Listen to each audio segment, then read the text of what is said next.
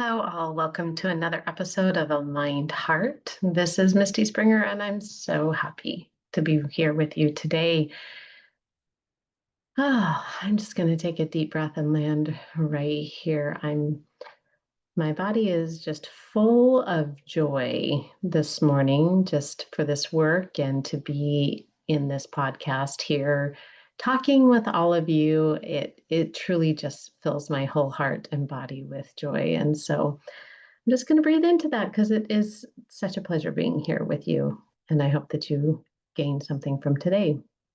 So, motivated with mindfulness, that's where we're headed today. And this is a topic that I have spoken on often. I remember the first time I offered this workshop, a one of the participants raised her hand and said, "I don't get it. How is mindfulness and motivation connected? Because it feels like two very different energies." And you're right. It does. And it does feel a little bit counterintuitive. So if you're here with that same curiosity, I hope by the end of this episode, you'll be learning how to tap into a different kind of motivation, a motivation that is lasting and transformational, a motivation that keeps you moving forward towards the things that you want. And that is a motivation that's focused on flow instead of willpower. And so that's where we're headed. So I have been in the study of human behavior and why we do the things that we do for the last 30 years. And it has always fascinated me to see why people, including myself, why we know exactly what to do. We have a plan. We know, we even have a why, that you hear that a lot, like start with your why. We have the diet plan, or we have the business plan, or we have the marketing strategy. We have this really strong desire in our heart to show up as the woman we know we are designed to be, and yet we stop.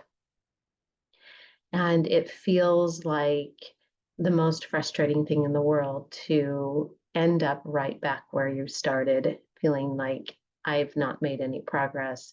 I want to, I've put all the effort in, and it feels like I'm in the same place, not moving forward in the things that I want for my life. And so I have been studying this question for a long time. Why can I know exactly what to do and not do it? Why do I not keep the promises that I make to myself?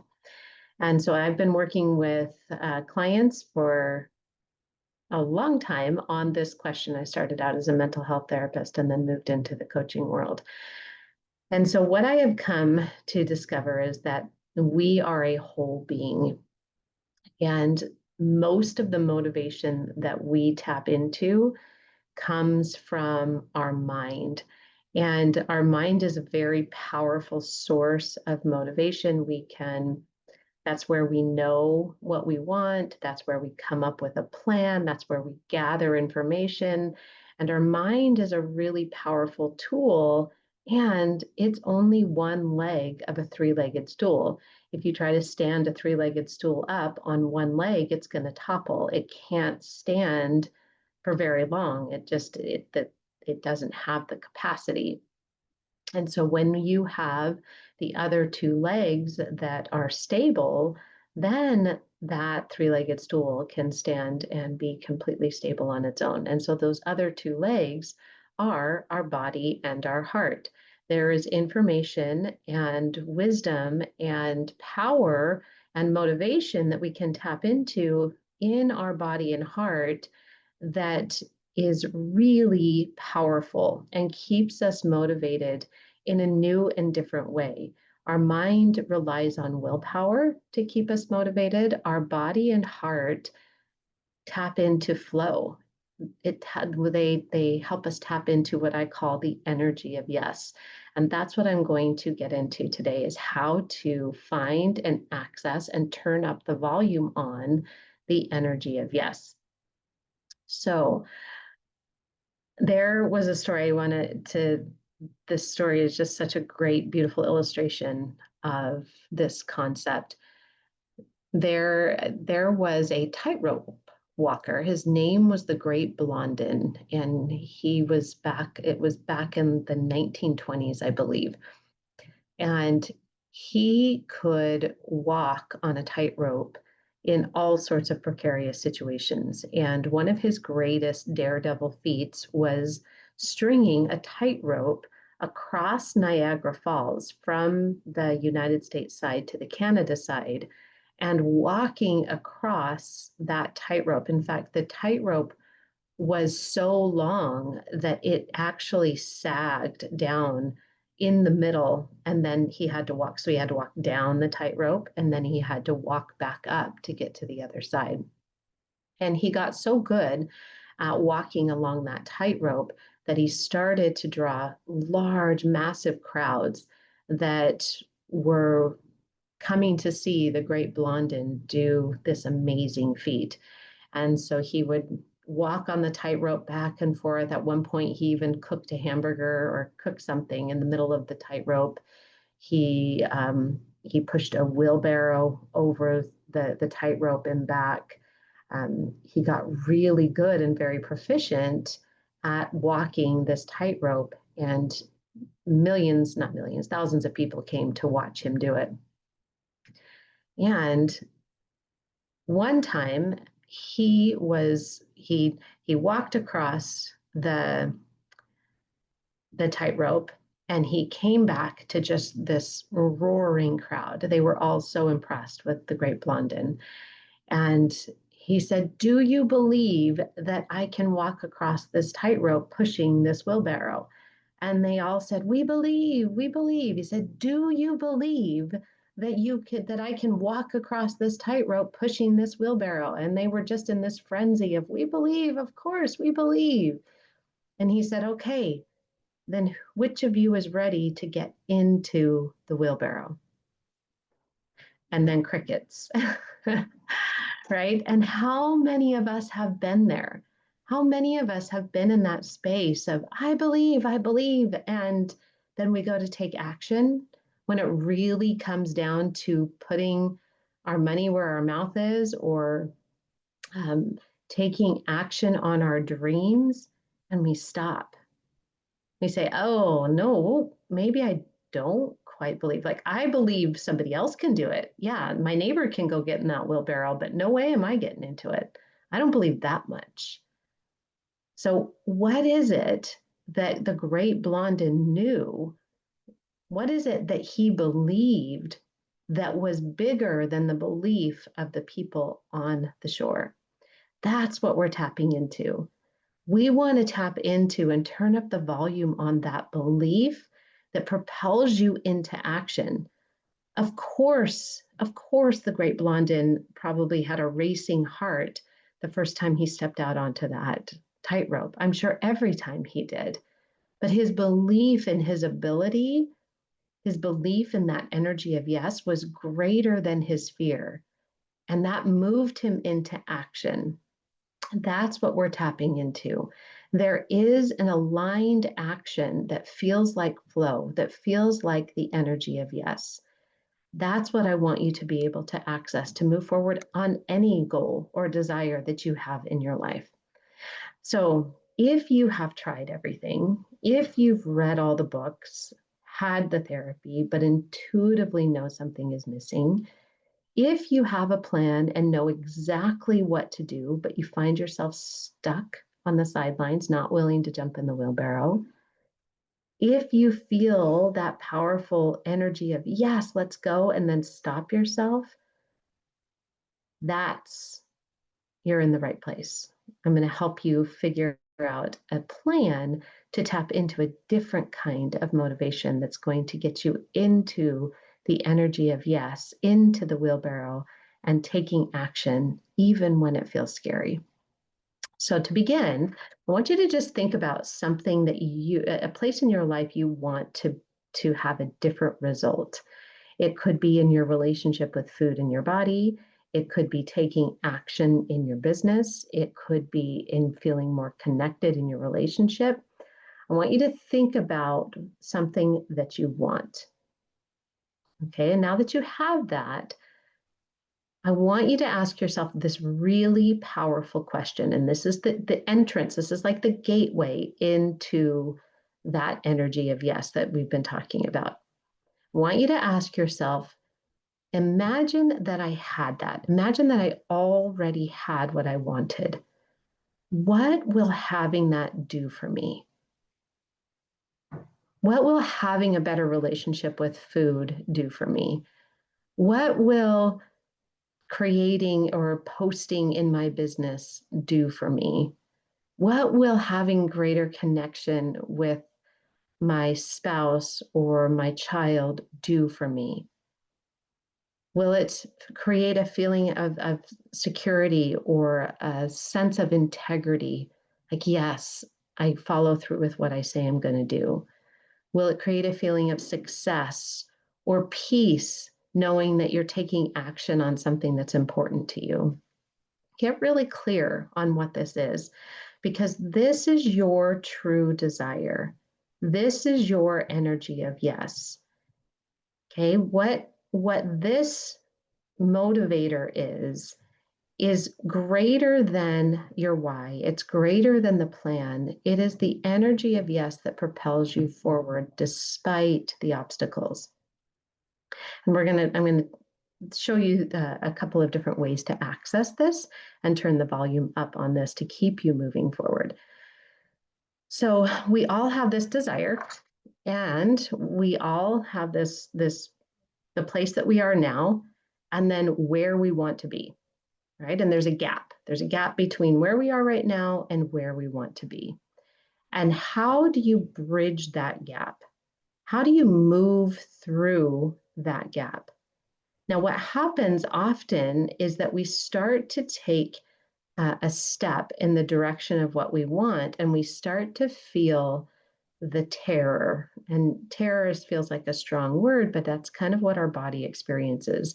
We feel the doubt, the insecurity. We have the first voice that says, yes, this is what I want. When we tap into that first voice, it's like, yes, absolutely. I believe, yes. And then we start to take action, and the second voice stops us. That second voice is all the noise of doubt, fear, insecurity, past beliefs, generational patterns, the way that we have seen the world. I'm not cut out for this. Or it's better for me to be hurt than hurt someone else. Or I don't know what I want. I'm not even sure what I want. Right? These terror barriers, or the things that stop us, these second voices, are the things that get in the way and keep us from moving forward. So how do you move through the gap? There's three. We tap into motivation. That's what we typically try to do. We tap into motivation to try to move through the gap. To go from where I am now to where I want to be, we try to just motivate our way through. Now, there's three levels of motivation. The first is I have to.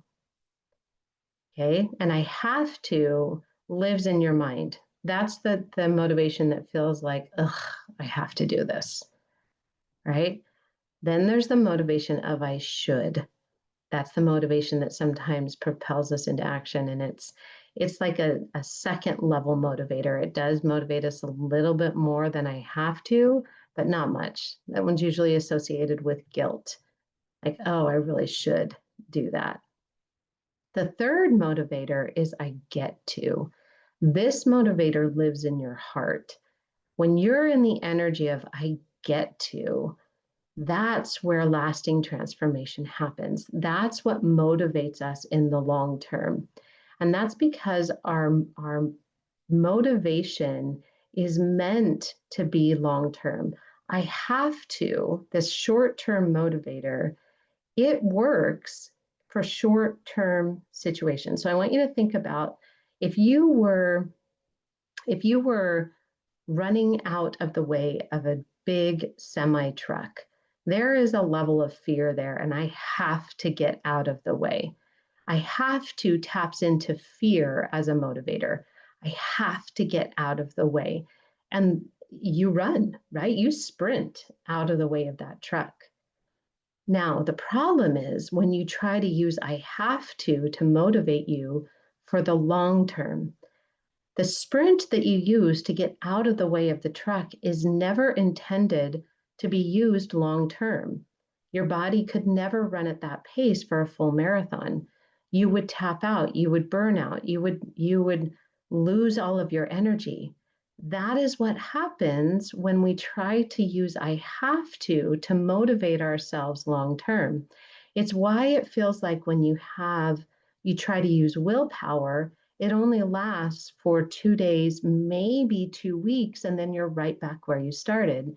It's what I experienced in my relationship with food. I used I have to all the time, trying to change my behavior, learning information, just tell me what to do and I'll do it. But all of that was an external motivator. Just give me more information, tell me what to do, and I will take action. It was a short term motivator. I have to do this because otherwise I'm not okay. I don't feel good in my body. I don't know. I don't, I have to lose the weight so that I feel good about myself, right? I get to lives in your heart. I get to is the long term motivator. That's the motivator that keeps you going. That's the long distance marathon motivator. And when we tap into that, we can have the endurance to keep that motivator going and keep us going. Your energy is your greatest asset. And so when you can tap into the energy of yes, you're going to move forward in a way that helps you and continues to propel you regardless of what comes up. So, stress stifles motivation. If we want to create a powerful presence, the calmest person in the room is the most powerful person in the room. So that's what we're going to do. I'm going to teach you a 4-step or 5-step process to tap into the energy of, or the tool of mindfulness to turn up the energy of yes in your body. So let's begin with step number 1. Begin with what you do want and your true desire. That true desire is really important. What do you want? And what will having that do for you? I want you to just tune into that feeling. What will having what I want do for me?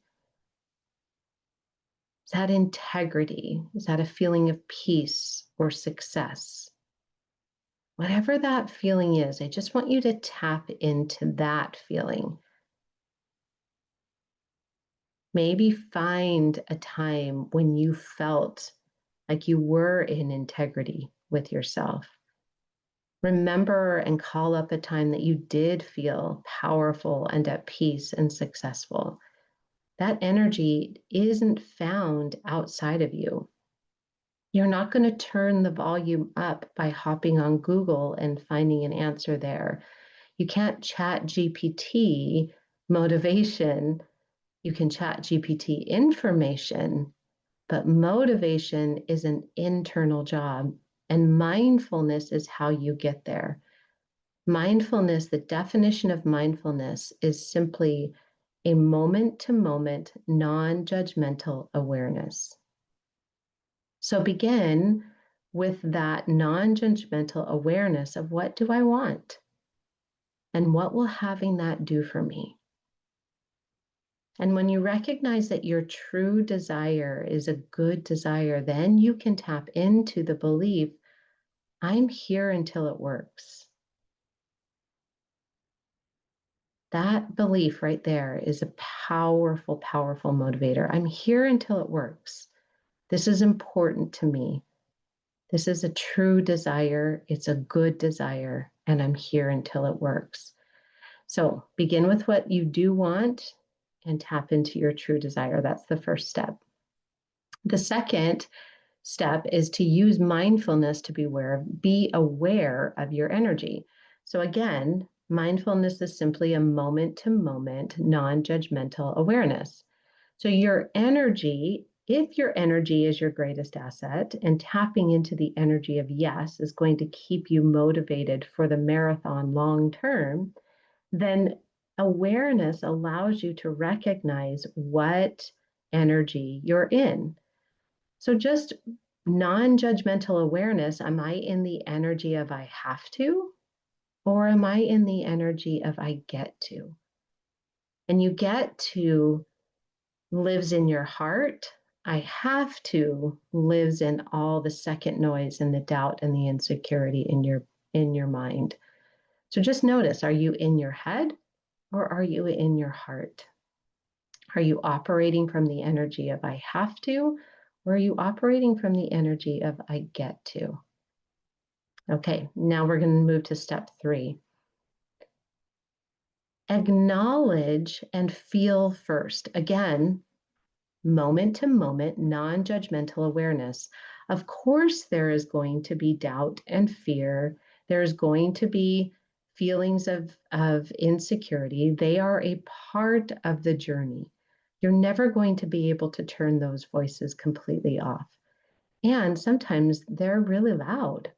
So as you acknowledge those feelings of doubt and insecurity, you're turning towards them instead of trying to just cover your ears and avoid them. It's not la, la, la, la, I don't hear you.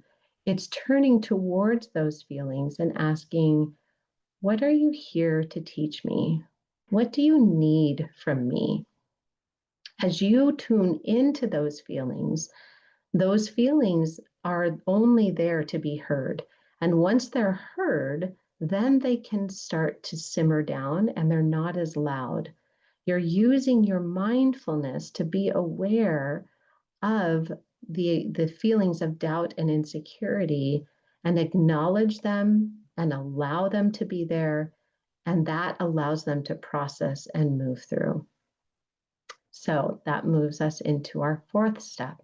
Once you've acknowledged and felt the feelings, you can move into the fourth step, which is what else is also true? This is a really powerful question. It's a question that I use with my clients often. It is not dismissing the doubt or the fear or the insecurity or the why me or I can't do this or it isn't working for me or the comparison, all those very natural and normal feelings that will come up anytime we're trying to grow or expand. What else is also true just acknowledges that the energy of yes, your true desire, also exists. That is also true. The problem is that the doubt and the fear, the second voice is often so loud, we can't hear that first voice or the energy of yes or our true desire. It just gets drowned out by all the noise. So focusing on what else is also true, intentionally turning up the volume on that first voice, on that energy of yes, is how we move from that energy. It's how we can listen and tune into that energy of yes. So asking yourself what else is also true, and then tapping into that energy of yes, that true desire, right? Coming right back to the very beginning. I'm here until it works. And this energy of yes, this true desire, you're intentionally turning up the volume on what you do want and why it is good. Feeling into that integrity, that success, that feeling of yes, this is something that is good. It's something that is doing, it's good for me and the people that I love. Feel that in your body. Find where it lives. Breathe into it. And we're going to be doing this whole practice in a meditation in our the next podcast, the accompanying podcast. So I really encourage you to step into that, because we're going to put all of this into practice, and you'll have it all in one meditation done for you, so you can come back to it anytime you want to tap into that marathon distance, long-term energy of yes motivation. So once you've tapped into that energy of yes and turned the volume up on it, then you can ask yourself, what's one action I can take from this emotion? Every action we take is motivated by an emotion. So if we're taking action from the energy of yes, it's going to motivate us forward. It's going to propel you forward. If you're taking action from the energy of I have to, or doubt or insecurity, you're going to freeze, you're going to paralyze, you're going to go eat the cookies, you're going to clean the toilets instead of working on your business. You're going to do the things that stop you or get in the way. So every action you take is motivated by an emotion. And when you tune into the energy of yes, using mindfulness, you can turn up the volume on the energy that moves you into action, into an action that feels aligned, into an action that feels like flow. It doesn't feel like willpower. Many of my clients start to notice that willpower is no longer necessary.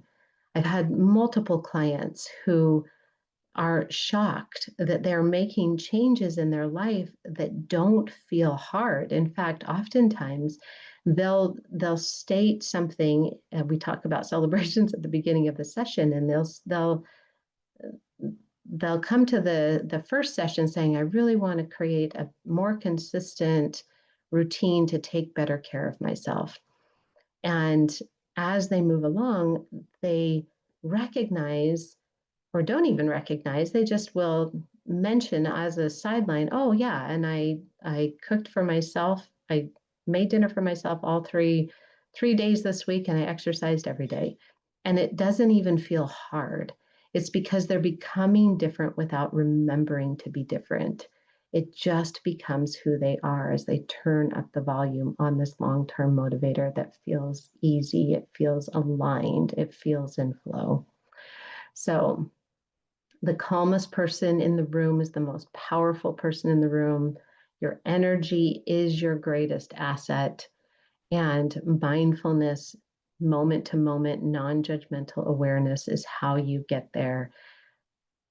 Loved having you here on the podcast with me today. I hope you'll join me for the meditation that accompanies this podcast.